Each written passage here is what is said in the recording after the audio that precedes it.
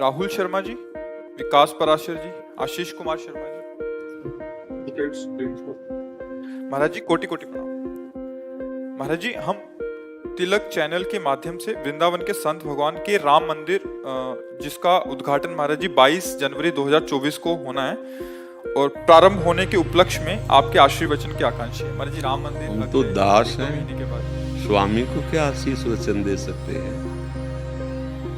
जो सर्वसमर्थ अखिल ब्रह्मांडों के स्वामी हैं, उनका घर है अयोध्या, और उन्हीं की प्रेरणा से ऐसा हुआ है। किसी का काहू को बसनाए जब जो कछो सब तिहारी कृपा से, उनका इस समय ऐसा कृपा प्रसाद हुआ कि हम अपनी भावनाओं पर विजय प्राप्त कर ली और मंदिर का निर्माण प्रारंभ हो गया।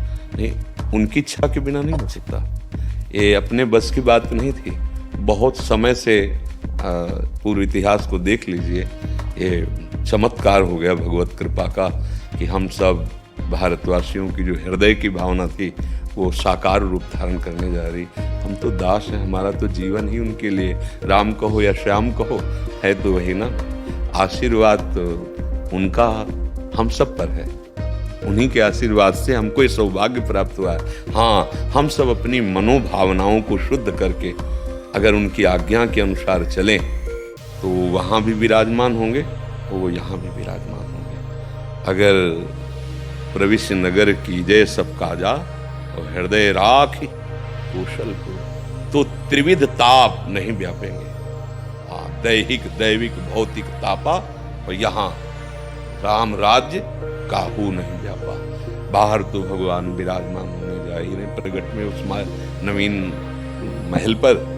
हम सब उनकी आज्ञा का पालन करें, उनके दासत्व को स्वीकार करें, और यहाँ भी हृदय राखी कौशलपुर राजा।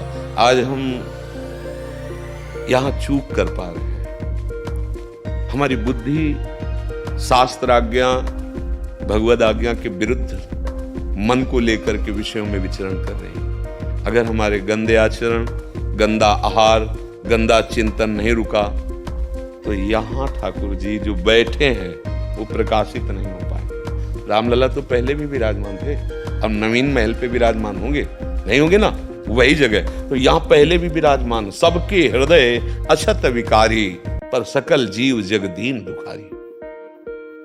साक्षात प्रभु विराजमान बिहारी जी राधा वल्लभ जी, पर यहाँ नहीं है प्रभु प्रकट। आचरण हमारे बिगड़ गए तो उनके सामने भी छाती जलती है और हम सुख का अनुभव नहीं कर पाते, और सामने सुख सिंधु विराजमान। हमारी जो आंतरिक प्रार्थना है, हमारी जो आंतरिक भावना है कि जन जन के मानस पर राम राज्य प्रकट हो, जन जन भगवान की दासता को स्वीकार करके अपनी वासनाओं का नियंत्रण करें।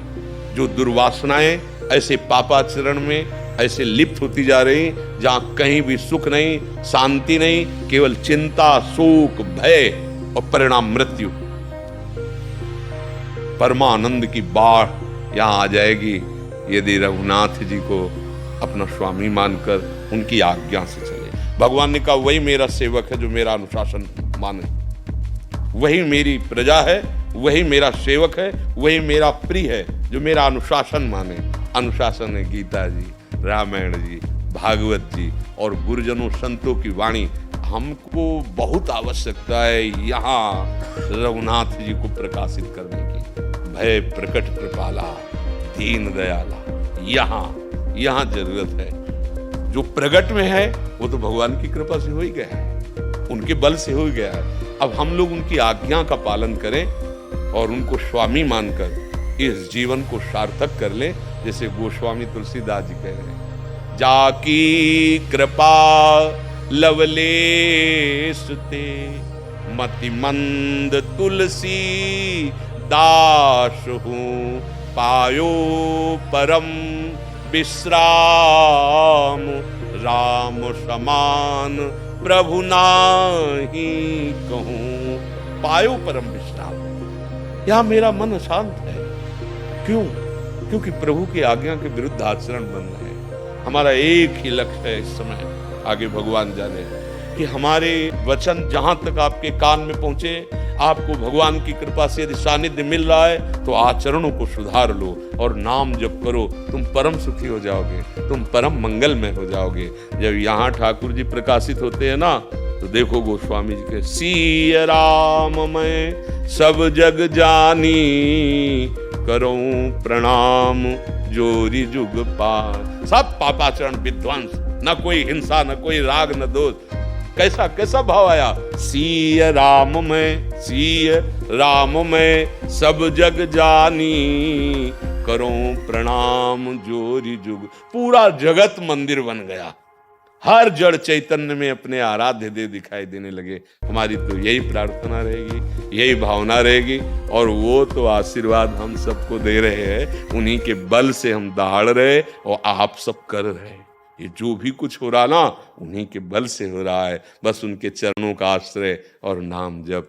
हाँ, एक जगह से आशीर्वाद दे सकते हैं, जैसे माँ अपने पुत्र को आशीर्वाद भाव के कारण देती है, चाहे वो भगवान ही क्यों पुत्र बन के ना हो, देती है, अधिकार होता है ना। ऐसे दास का एक अधिकार होता है, अपने स्वामी को सुख पहुंचाना, उसी दासत्व के बल से।